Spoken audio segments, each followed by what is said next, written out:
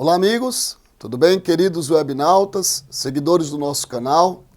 Nós estamos aqui para o nosso episódio 4 da nossa primeira temporada do programa Entendendo a Notícia. Esse programa que permite nós debatermos assuntos bem interessantes que são publicados em jornais, em periódicos, até mesmo na mídia televisiva e que nos dá a oportunidade de trazer para cá discussões que você tem em sala de aula com o seu professor. Matérias que são vistas como conteúdo teórico, podendo ser aplicados em informações que você veicula, que você percebe sendo veiculadas, pela mídia. Nesse nosso episódio 4, nós vamos discutir exatamente uma temática, uma reportagem que saiu no jornal Folha de São Paulo, agora 19 de fevereiro de 2016. Essa reportagem diz o seguinte, olha o título dela. Impressões digitais mudam na velhice, diz estudo brasileiro. A reportagem ela diz, peritos papiloscopistas da Polícia Civil do Distrito Federal resolveram atacar um problema de identificação das pessoas. A constância das impressões digitais com o tempo. Como não seria prático, por exemplo, coletar as impressões digitais e esperar que as pessoas envelhecessem, qual foi a estratégia de trabalho desses peritos da Polícia Civil lá do Distrito Federal?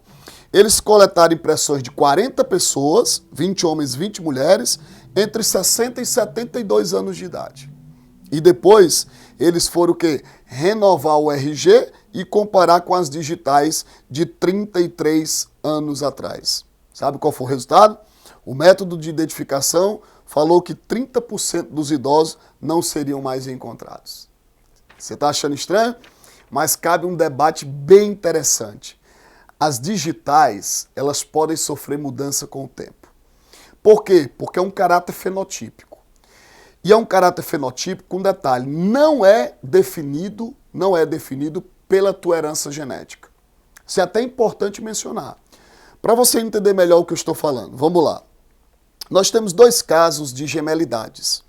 Dois casos possíveis de gêmeos. Quais são os dois casos? Primeira possibilidade é, de repente, a mulher poliovular. Lázaro, quando é que uma mulher poliovula? Quando, por algum motivo, ela acaba liberando 2 ovócitos secundários na sua tuba uterina no mesmo ciclo.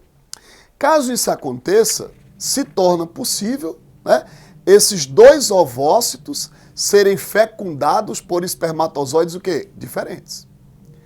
Se isso acontecer, nós vamos ter o quê? 2 embriões.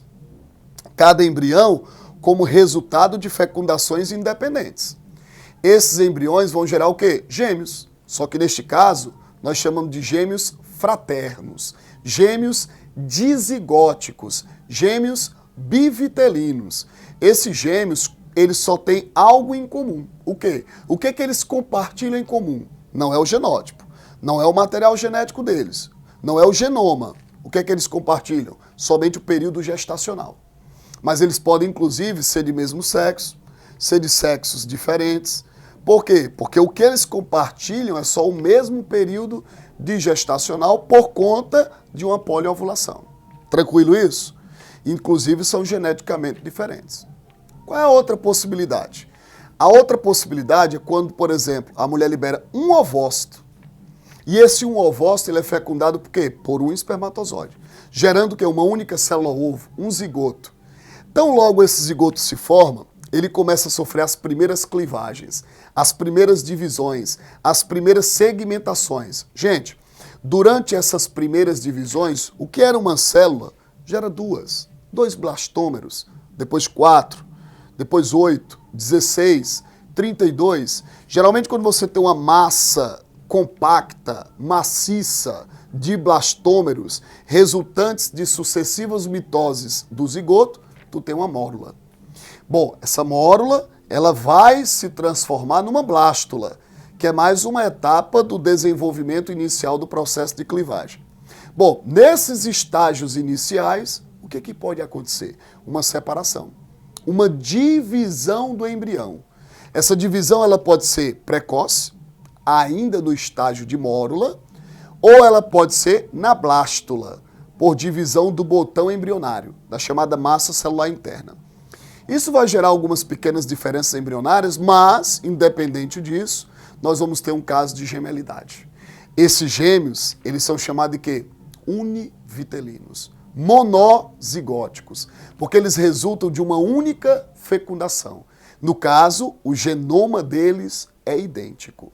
No caso, então, ou vão ser 2 meninos ou 2 meninas. Mas aí tu me pergunta, e as digitais?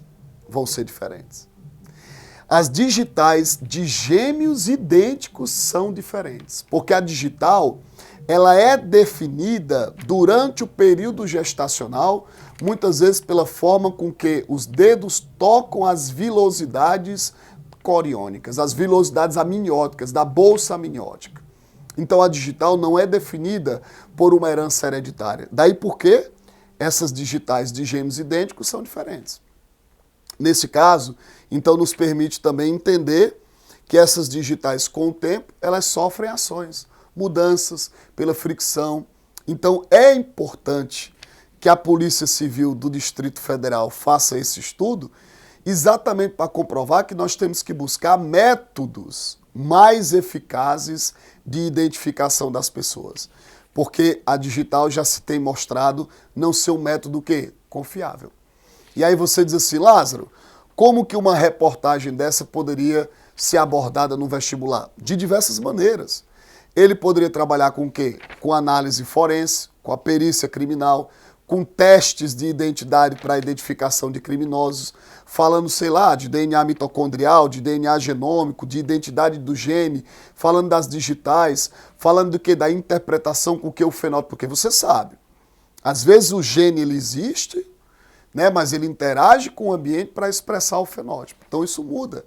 Tudo isso poderia ser discutido. Aspecto genômico, código genético, que é universal nos indivíduos e que poderia estar sendo não interpretado como essa questão aqui. Então, trata-se de um assunto de grande importância, né, e que nos permite observar que o vestibular poderia colocar uma questão da seguinte forma. O texto diz assim, ó, as alterações na saúde provocadas pelo envelhecimento de um indivíduo, seus níveis hormonais e o próprio meio ambiente possivelmente causam mudanças na pele.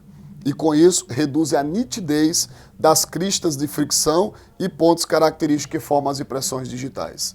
Com base nesse texto e as respectivas impressões digitais dos indivíduos, podemos inferir que o item A é definido hereditariamente, o item B sofre ação e interferência apenas do ambiente. Então ele poderia criar um contexto para poder abordar que indivíduos, inclusive gêmeos monozigóticos, têm digitais o quê? Distintas. Beleza? Então fica aqui mais uma importante notícia, mais uma importante dica, mais uma informação publicada que nos permite chegar ao nosso cotidiano, ao nosso contexto da realidade do vestibular que nós vamos enfrentar. Meu abraço a você, o meu agradecimento por você seguir o nosso canal, por você convide seus amigos a participar conosco dessa experiência maravilhosa que é entender a notícia nessa nossa primeira temporada desses vários episódios que nós vamos ter juntos. Meu forte abraço e até o nosso próximo programa Entendendo a Notícia.